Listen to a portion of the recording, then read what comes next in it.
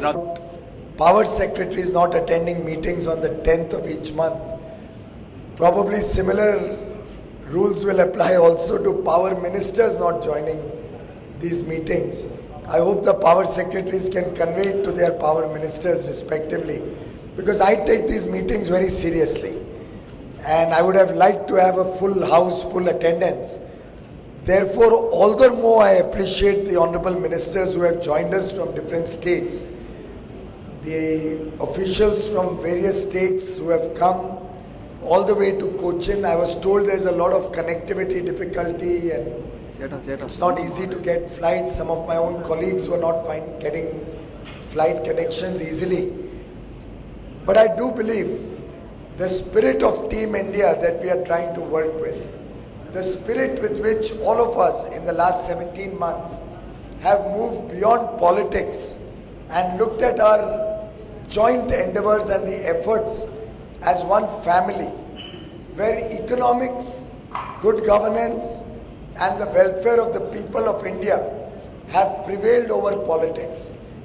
This spirit, if emulated across the nation, can truly transform India, can truly bring India to the levels of development that we are all working for, that we are all committed to.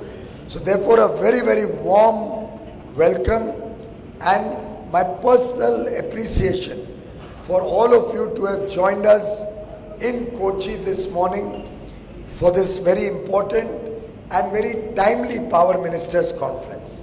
When we fix up the dates, I remember my colleague telling me that you will be busy for Bihar election up to the 5th. The results have to come out on the 8th. So why don't we squeeze in 6th and 7th? And I readily agreed. Of course, the voice is gone, so you'll have to pardon me for the sore voice. But it's been a very, very challenging yet exciting journey from the days we met in Guwahati to our meeting today, during which, to my mind, India's power sector will witness some of the greatest developments ever in the history of India during the course of the next few months, based on the actions that were derived out of what we discussed in Guwahati and what we will report to you today, and then what we decide and resolve today and tomorrow to do and take forward in the next 3 or 4 months before we meet again.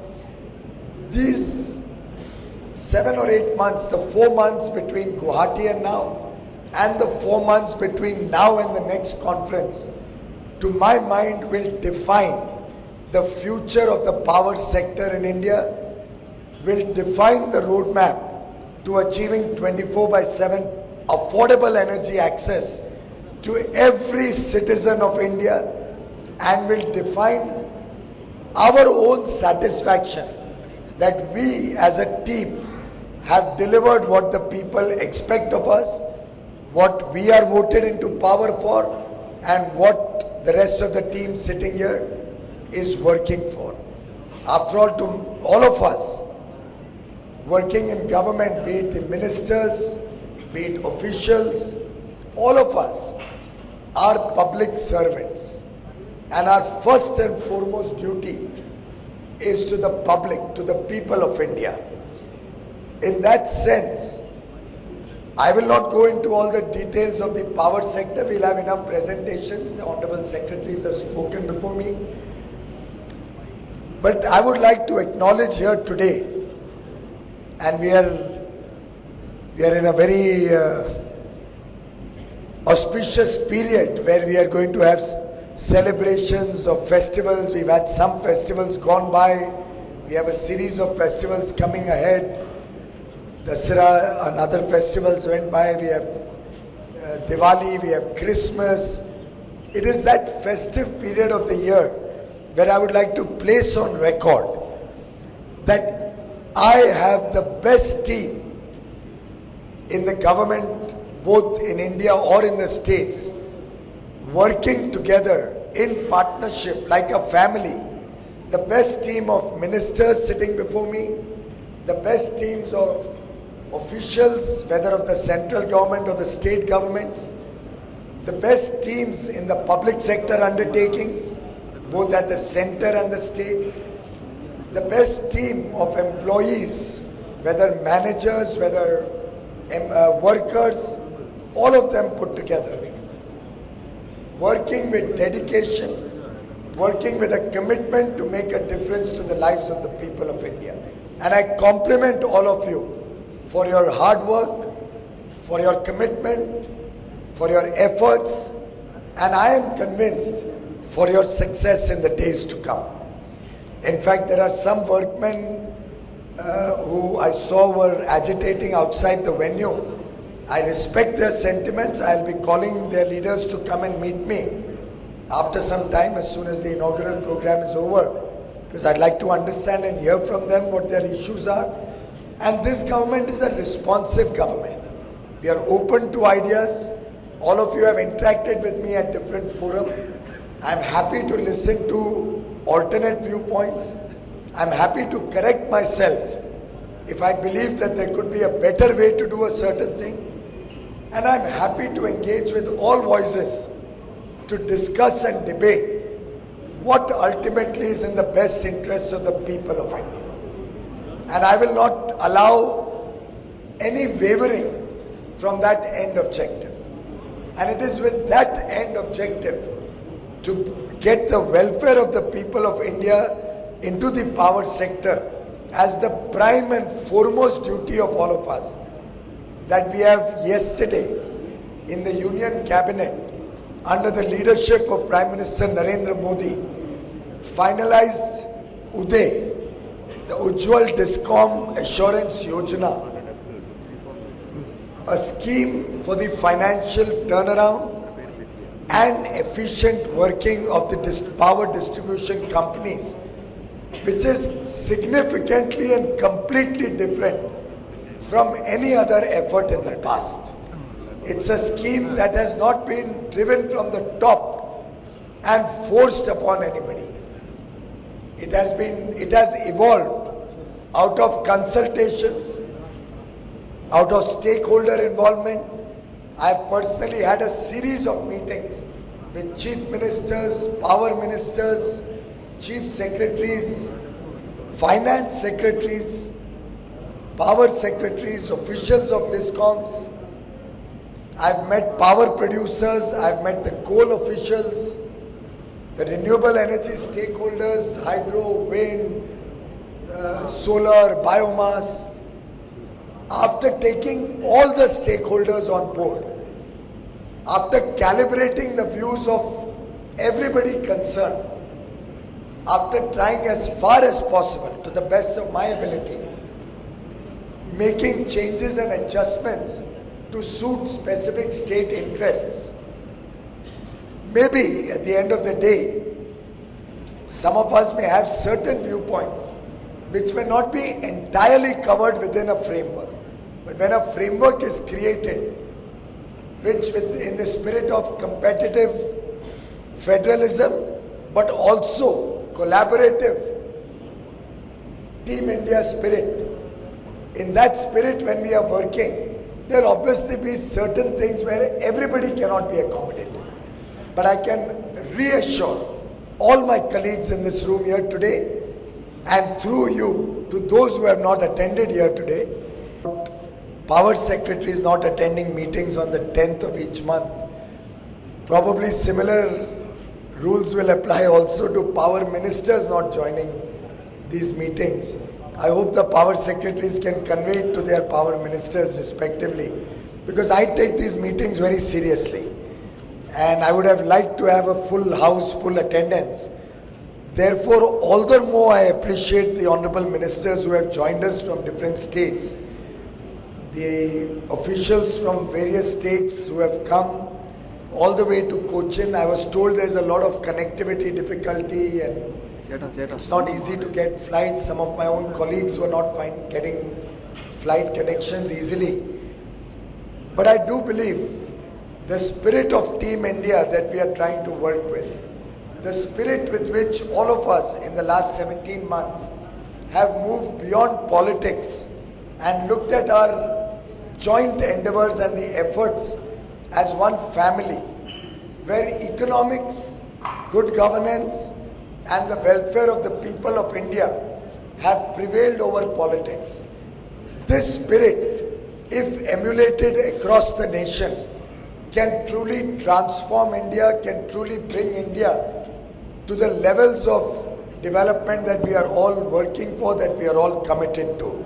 So therefore, a very, very warm welcome and my personal appreciation for all of you to have joined us in Kochi this morning for this very important and very timely Power Ministers Conference. When we fix up the dates, I remember my colleague telling me that you will be busy for Bihar election up to the 5th. The results have to come out on the 8th. So why don't we squeeze in 6th and 7th? And I readily agreed. Of course, the voice is gone, so you'll have to pardon me for the sore voice. But it's been a very, very challenging yet exciting journey from the days we met in Guwahati to our meeting today, during which, to my mind, India's power sector will witness some of the greatest developments ever in the history of India during the course of the next few months, based on the actions that were derived out of what we discussed in Guwahati and what we will report to you today, and then what we decide and resolve today and tomorrow to do and take forward in the next 3 or 4 months before we meet again. These 7 or 8 months, the 4 months between Guwahati and now, and the 4 months between now and the next conference, to my mind will define the future of the power sector in India, will define the roadmap to achieving 24/7 affordable energy access to every citizen of India, and will define our own satisfaction that we as a team have delivered what the people expect of us, what we are voted into power for, and what the rest of the team sitting here is working for. After all, to all of us working in government, be it the ministers, be it officials, all of us are public servants, and our first and foremost duty is to the public, to the people of India.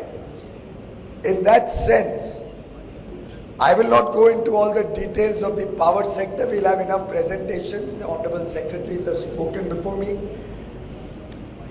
But I would like to acknowledge here today, and we are in a very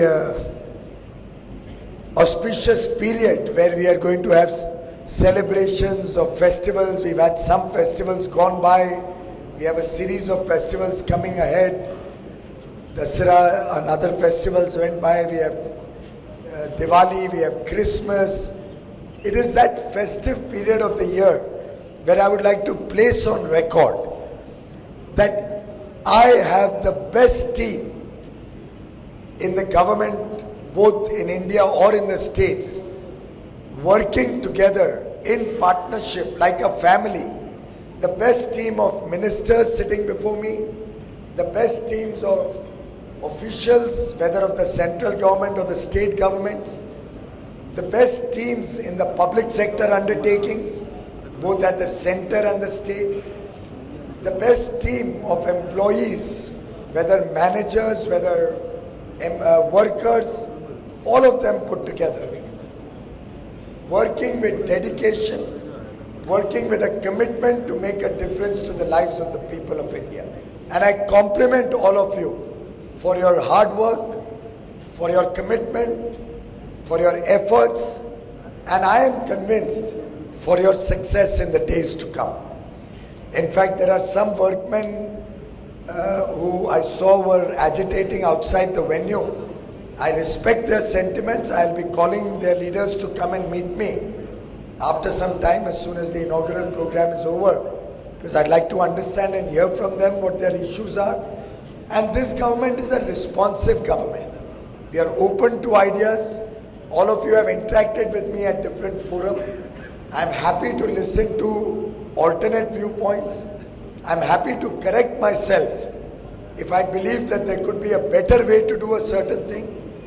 And I'm happy to engage with all voices to discuss and debate what ultimately is in the best interests of the people of India. And I will not allow any wavering from that end objective. And it is with that end objective to get the welfare of the people of India into the power sector as the prime and foremost duty of all of us that we have yesterday in the Union Cabinet under the leadership of Prime Minister Narendra Modi finalized UDAY, the Ujjwal Discom Assurance Yojana,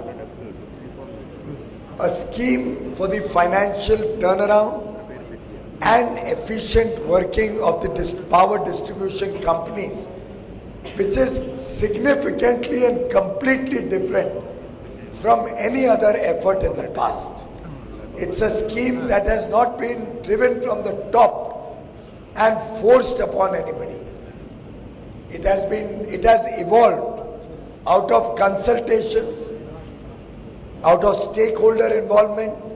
I have personally had a series of meetings with chief ministers, power ministers, chief secretaries, finance secretaries, power secretaries, officials of DISCOMs. I've met power producers, I've met the coal officials, the renewable energy stakeholders, hydro, wind, solar, biomass. After taking all the stakeholders on board, after calibrating the views of everybody concerned, after trying as far as possible, to the best of my ability, making changes and adjustments to suit specific state interests. Maybe at the end of the day, some of us may have certain viewpoints which may not be entirely covered within a framework. But when a framework is created, which in the spirit of competitive federalism, but also collaborative Team India spirit, in that spirit when we are working, there will obviously be certain things where everybody cannot be accommodated. But I can reassure all my colleagues in this room here today, and through you to those who have not attended here today,